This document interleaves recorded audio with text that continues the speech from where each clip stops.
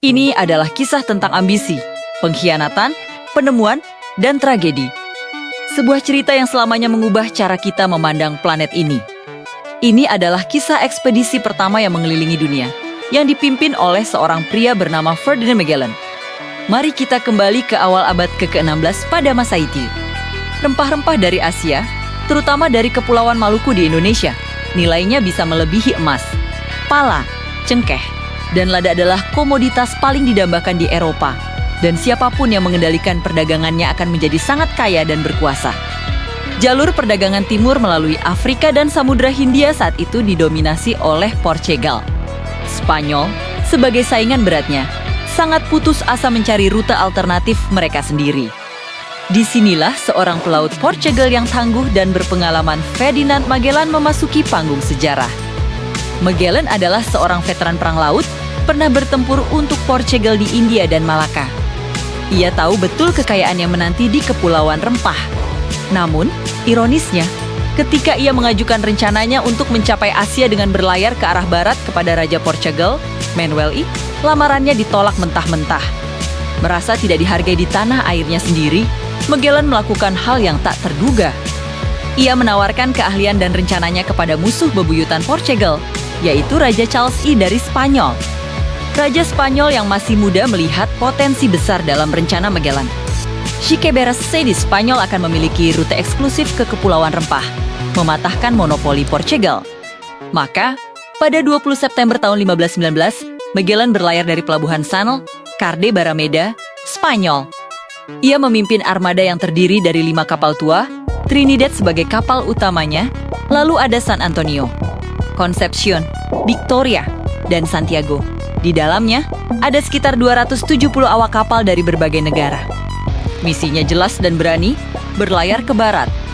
Menemukan sebuah selat yang membelah benua Amerika Selatan yang misterius, dan tiba di Kepulauan Rempah. Perjalanan melintasi Samudra Atlantik sejak awal sudah dipenuhi dengan kesulitan. Para kapten Spanyol di kapal lain memandang Magellan, seorang Portugis, dengan penuh kecurigaan. Mereka merasa diperintah oleh musuh. Di Taung Balaji, cuaca buruk yang tak henti-hentinya menguji ketahanan kapal dan para awaknya. Pemberontakan pun meletus. Beberapa perwira Spanyol mencoba mengambil alih komando.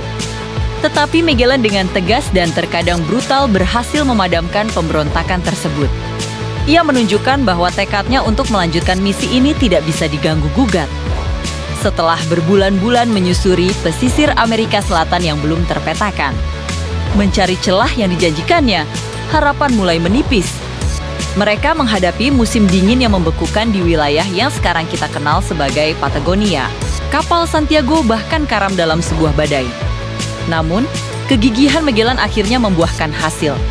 Pada Oktober tahun 1520, mereka menemukan sebuah jalur air yang sempit, berliku, dan berbahaya di ujung selatan benua. Jalur ini dipenuhi kabut tebal ahu yang kuat dan angin kencang yang menusuk tulang. Kapal San Antonio, kapal terbesar di armada, mengambil kesempatan ini untuk berbalik arah dan melarikan diri kembali ke Spanyol, membawa serta sebagian besar perbekalan mereka. Meskipun begitu, Magellan terus maju. Selama 38 hari, ketiga kapal yang tersisa berjuang melewati labirin perairan yang menakutkan ini. Jalur yang penuh tantangan ini kelak akan dinamai sesuai dengan nama penemunya, Selat Magellan. Ketika armada akhirnya berhasil keluar dari selat yang mencekam itu, mereka disambut oleh pemandangan yang luar biasa. Sebuah samudra yang sangat luas, tenang, dan damai terbentang di hadapan mereka. Saking tenangnya, Magellan menamakannya Mar Vivo, yang berarti laut yang damai dalam bahasa Spanyol. Dari sinilah kita mendapatkan nama Samudra Pasifik. Namun, kedamaian ini hanyalah sebuah ilusi yang menipu. Perjalanan menyeberangi Samudra Pasifik adalah bagian paling mengerikan dari seluruh ekspedisi. Selama 99 hari atau hampir 4 bulan, mereka berlayar tanpa melihat satupun daratan yang bisa dihuni. Perbekalan yang sudah menipis sejak kapal San Antonio kabur, kini benar-benar habis. Mereka terpaksa memakan biskuit yang sudah dipenuhi ulat, serbuk gergaji, dan bahkan kulit tikus yang mereka tangkap di kapal. Air minum berubah menjadi kuning dan berbau busuk. Penyakit kudis akibat kekurangan vitamin C merajalela. Gusi para pelaut membengkak dan berdarah, Gigi mereka rontok, dan banyak yang meninggal dalam penderitaan yang tak terbayangkan. Para awak yang tadinya kuat berubah menjadi kerangka hidup yang lemah. Akhirnya, pada Maret tahun 1521, setelah penderitaan panjang, mereka melihat daratan. Mereka tiba di pulau yang sekarang kita kenal sebagai Guam dan kemudian melanjutkan perjalanan ke Filipina. Di sini, mereka bisa beristirahat, memulihkan diri, dan mendapatkan makanan segar, seolah-olah bagian terburuk dari perjalanan telah usai. Namun, di tengah kemenangan penemuan ini, tragedi besar menanti. Di Filipina, Magellan mulai menjalin aliansi dengan para pemimpin lokal. Ia berhasil membujuk beberapa datu untuk bersumpah setia kepada Raja Spanyol dan bahkan berpindah keyakinan. Namun, semangatnya yang berlebihan membawanya pada sebuah kesalahan fatal. Untuk menunjukkan kekuatan Spanyol dan mengesankan sekutu barunya, Magellan setuju untuk membantu seorang datu menyerang musuhnya. Lapu-Lapu, di pulau tetangga bernama Mactan, Magellan terlalu percaya diri. Ia hanya membawa sekitar 60 orang bersenjata ringan untuk menghadapi lebih dari 1.000 prajurit Polapu yang bersenjatakan tombak dan pedang. Pertempuran Mactan pada 27 April tahun 1521 adalah sebuah bencana. Para prajurit Magellan tidak bisa mendekati pantai karena terumbu karang, membuat tembakan dari kapal menjadi tidak efektif. Mereka terpaksa bertarung di perairan dangkal. Magellan terluka oleh tombak bambu dan akhirnya dikeroyok hingga tewas. Saint-Fizoni, pria yang merencanakan perjalanan mengelilingi dunia, ironisnya tidak pernah berhasil menyelesaikannya.